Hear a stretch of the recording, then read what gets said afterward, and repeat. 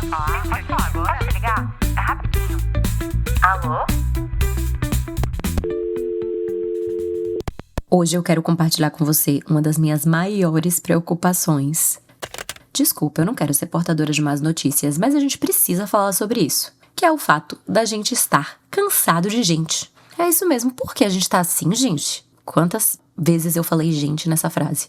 Mas é isso, a gente tá precisando repetir gente e se encher de gente mesmo, porque realmente a humanidade hoje tá um pouco intolerante ao outro. E é curioso, porque nós, seres humanos, temos a necessidade vital de se relacionar com outros seres humanos. Então, a gente precisa de gente. Se a gente for pensar na evolução da humanidade, nossos ancestrais, eles precisavam estar juntos, se unir em uma comunidade, em um grupo, pra tudo, pra sobreviver, pra conseguir ter alimento, pra se proteger, pra procriar, pra cuidar dos filhos, né? Sempre precisava ser um grupo pra caçar um animal grande, por exemplo, e até criar os filhos mesmo. As crianças eram criadas em comunidades, não só uma ou duas pessoas. E a gente vê que ao longo da história, quem tá em um grupo prospera e quem tá isolado sofre riscos até de vida. E hoje em dia não é diferente. Talvez não tanto risco de vida,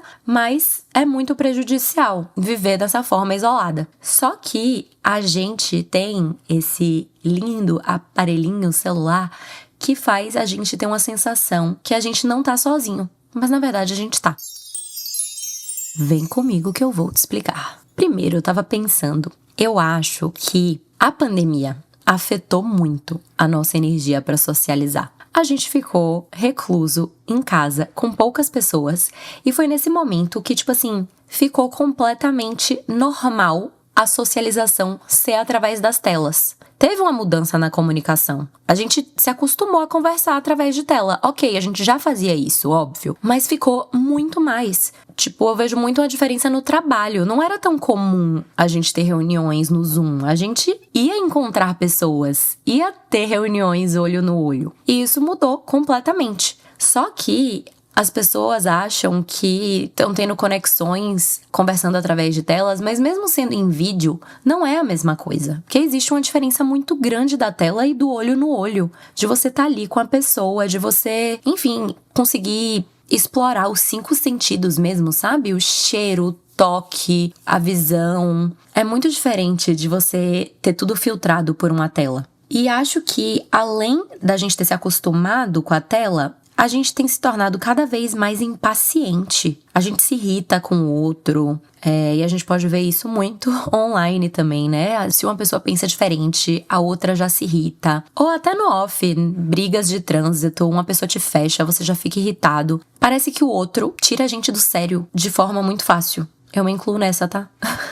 Em certas situações. E por que a gente tá tão impaciente assim? Por que a gente não consegue ter mais empatia, mais calma? Parece que a gente tá realmente exausto socialmente, intolerante às relações. E isso é um problema muito, muito, muito sério.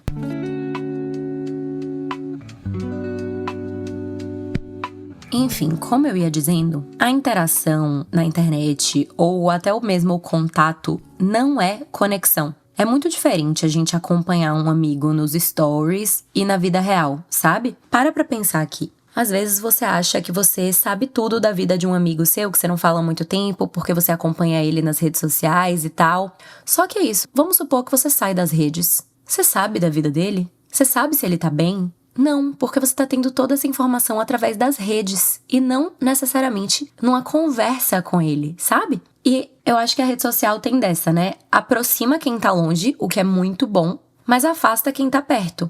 A gente, às vezes, tá na mesma cidade, no mesmo bairro que alguém que a gente conhece, alguém que a gente tem um carinho. Só que a rede social meio que supre esse contato, então a gente não faz muito esforço pra estar perto dessa pessoa. E ainda mais quando a pessoa mora com a gente, ou famílias, enfim. Aquelas típicas cenas de, um casal em casa, cada um no seu celular. Amigos jantando juntos, cada um no seu celular. Um jantar em família, cada um no seu celular. A gente tá perto, mas tá cada vez mais afastado. E como se, a gente quer se conectar com a pessoa que tá na tela, ao invés de focar na pessoa que tá na nossa frente. Que loucura, né?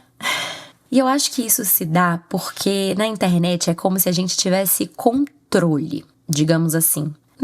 internet a gente pode silenciar alguém que fala alguma coisa que a gente não quer ouvir. A gente pode ocultar, parar de seguir. É fácil de entrar e sair nessas conversas no digital, até no WhatsApp mesmo. Você pode fechar ali o celular, se alguém tá falando algo que você não gosta, se no grupo de amigos alguém tem uma opinião que você não gosta, você se irritou, você fecha o celular e pronto. Numa conversa olho no olho, quando alguém discorda de você, alguém que você gosta tem uma opinião diferente, é mais difícil. Mas é necessário. É necessário coexistir e interagir e dialogar com pessoas com pensamentos diferentes. Mas com essa facilidade de entrar e sair, a gente vai criando relações líquidas. Se não é do nosso gosto, beijo, tchau. E por isso que eu sinto que as pessoas estão com preguiça de se relacionar. Porque se relacionar dá muito trabalho mesmo. Mas vale muito a pena. E, de novo, é necessário pra nossa vida ser plena, ser feliz. Por mais que seja desafiador. Então eu vejo minhas amigas solteiras, enfim, eu não tô solteira há muito tempo, mas eu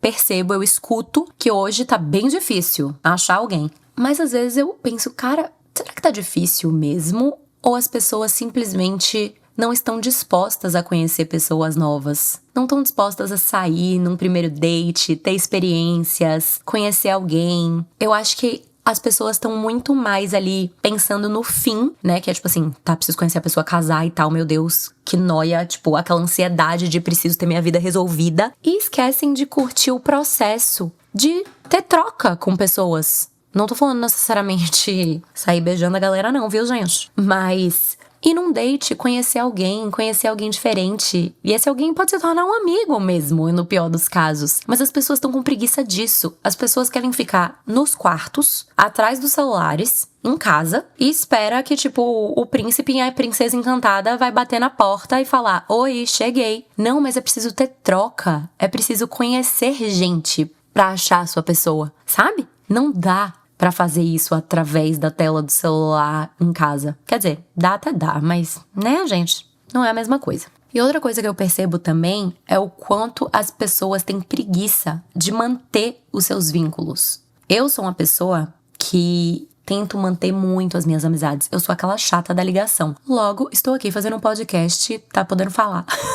Porque eu literalmente sou essa pessoa pros meus amigos. Tá podendo falar? E ligo e, tipo assim, fico hablando por horas. Eu amo falar no telefone. Entendeu, né? Esse podcast. Eu amo falar no telefone. Porque eu acho que é uma forma mais próxima, né, do que texto e tal, da gente conversar com quem a gente gosta. Mas no meio de uma rotina corrida, no meio daquela rotina super ocupada, de fato fica difícil a gente encontrar esse momento. Só que se a gente quer manter essas relações, se a gente quer cultivar nossas amizades, é muito necessário. Fiquei revoltada com aquele termo que ficou na moda, amizade de baixa manutenção. Amizade de baixa manutenção, nada. Que a pessoa, você pode ficar sem falar com a pessoa e depois de anos vocês se reencontram e é tudo igual. Não, gente, isso é desculpa pra quem tem preguiça de cultivar uma relação. A amizade é se fazer presente, é conversar, é presença, é carinho, é escuta. Então, claro que as relações vão se tornar líquidas se a gente não quer se esforçar nem um pouquinho pra isso, se a gente não quer dedicar nem um tempinho da nossa semana pra isso, sabe? E o mais louco de tudo é que, de fato, a gente tá vivendo uma condição, será que eu posso dizer assim? Que chama epidemia da solidão. Mais da metade da geração Z se considera solitária. E os millennials, o índice é quase igual, né? Geração Z, 54%. E millennials, 51%. Ou seja, nós, jovens adultos, que são os que estão mais conectados nas redes sociais, são os que mais relatam solidão. Olha isso. Então é quase um paradoxo, a gente tá sozinho junto, cada um no seu mundinho digital, sem construir laços de verdade, sabe? E como eu falei no início, a solidão não é só triste, chata, desconfortável. Ela é prejudicial à saúde mesmo.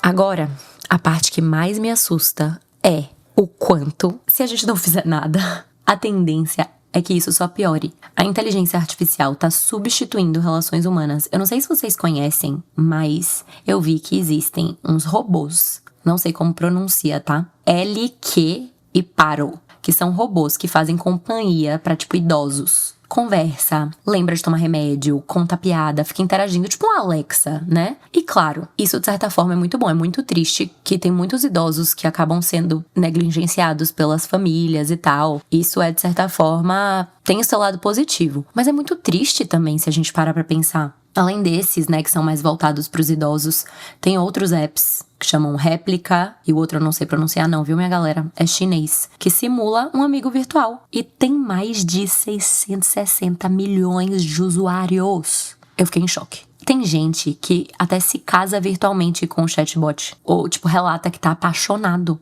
Isso é assustador, não sei pra você, mas eu acho isso assustador, porque isso só aumenta o isolamento de conexões reais. E sei lá, as pessoas vão, será que acabar namorando robôs, inteligência artificial, e vão estar se iludindo, achando que aquilo é um sentimento de verdade e que vai estar te suprindo? Sério, me dá medo, viu?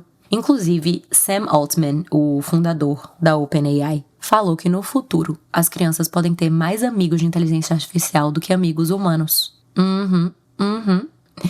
E um autor do livro Love and Sex with Robots previu que até 2050 vai ser comum casar com robôs. Eu tô aqui te contando isso como uma coisa chocante. Ele tá falando que em 2050 isso vai ser comum. Se isso não é assustador.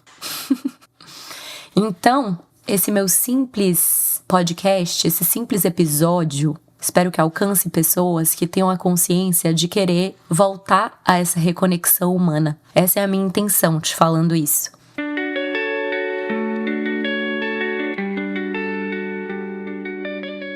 Eu tenho aqui 4 dicas de como você pode fazer isso. Primeira delas, use a tecnologia com consciência. Isso é uma coisa que está muito latente na minha vida nesse momento.